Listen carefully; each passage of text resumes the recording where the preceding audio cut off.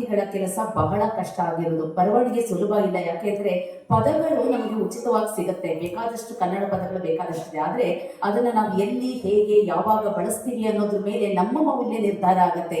ಈಗ ಒಂದು ಪುಸ್ತಕ ಬರೆದಿದ್ದೀವಿ ಅಂದ್ರೆ ಅದಕ್ಕೆ ಎಷ್ಟು ಜನ ವಿಮರ್ಶಕರಿರ್ತಾರೆ ಅಲ್ವಾ.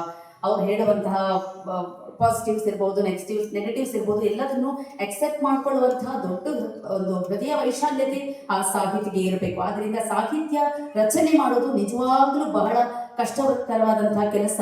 ಸಾಹಿತ್ಯ ಉಳಿಯೋದು ಸಾಹಿತಿಗಳಿಂದ, ಆದರೆ ಸಾಹಿತಿಗಳನ್ನ ನಾವು ಬೆಳೆಸೋದು ಹೇಗೆ ಅಂದ್ರೆ ಓದುಗರಿಂದ. ದಯಮಾಡಿ ಎಲ್ಲರೂ ಕೂಡ ಪುಸ್ತಕಗಳನ್ನ ಖರೀದಿ ಮಾಡಿ ಅದನ್ನ ಓದಿ ನಮ್ಮ ಮುಂದಿನ ಪೀಳಿಗೆಗೆ ಇದಕ್ಕಿಂತ ದೊಡ್ಡ ಕೊಡುಗೆಯನ್ನು ನಾವು ಏನು ಕೂಡ ಕೊಡೋದಕ್ಕೆ ಸಾಧ್ಯ ಇಲ್ಲ ಅಂತ ಈ ಸಂದರ್ಭದಲ್ಲಿ ಹೇಳ್ತಾ, ಶ್ರೀಯುತ ಜಾಂಬವ ಎಂ ಗಂಗಾಧರ್ ನಿಜವಾಗ್ಲೂ ಕೂಡ ಒಂದು ಅತ್ಯುತ್ತಮವಾದಂತಹ ಕೃತಿಯನ್ನ ನಮ್ಮ ಕನ್ನಡ ನಾಡಿಗೆ, ನಮ್ಮ ಜಾನಪದ ಲೋಕಕ್ಕೆ ಸಮರ್ಪಣೆ ಮಾಡಿದ್ದಾರೆ. ಎಲ್ಲರೂ ಕೂಡ ಇದರ ಉಪಯೋಗವನ್ನ ಪಡ್ಕೊಳ್ಳೋಣ ಅಂತ ಈ ಶುಭ ಸಂದರ್ಭದಲ್ಲಿ ತಿಳಿಸ್ತಾ ನಿಮಗೆ ಅನಂತ ಧನ್ಯವಾದಗಳನ್ನ ಅರ್ಪಿಸ್ತಾ ಇದ್ದೀನಿ. ಸರ್, ಅವರು ಮುಂಚೆನೆ ಹೇಳಿದ್ರು ನನ್ನ ಬಗ್ಗೆ ಏನು ಹೇಳೋದು ಬೇಡಮ್ಮ ಅಂತ. ಶ್ರೀಯುತ ಗುರುರಾಜ್ ಹೊಸಕೋಟೆ ಅವರು ಅಷ್ಟೇನೆ, ಗಂಗಾಧರ್ ಸರ್ ಅವರು ಮೆನ್ಷನ್ ಮಾಡಿದ ಹಾಗೆ ಎಲ್ಲೂ ಕೂಡ ಸನ್ಮಾನಗಳು ಬೇಡ, ಪ್ರಶಸ್ತಿಗಳು ಬೇಡ, ಹೆಸರು ಬೇಡ.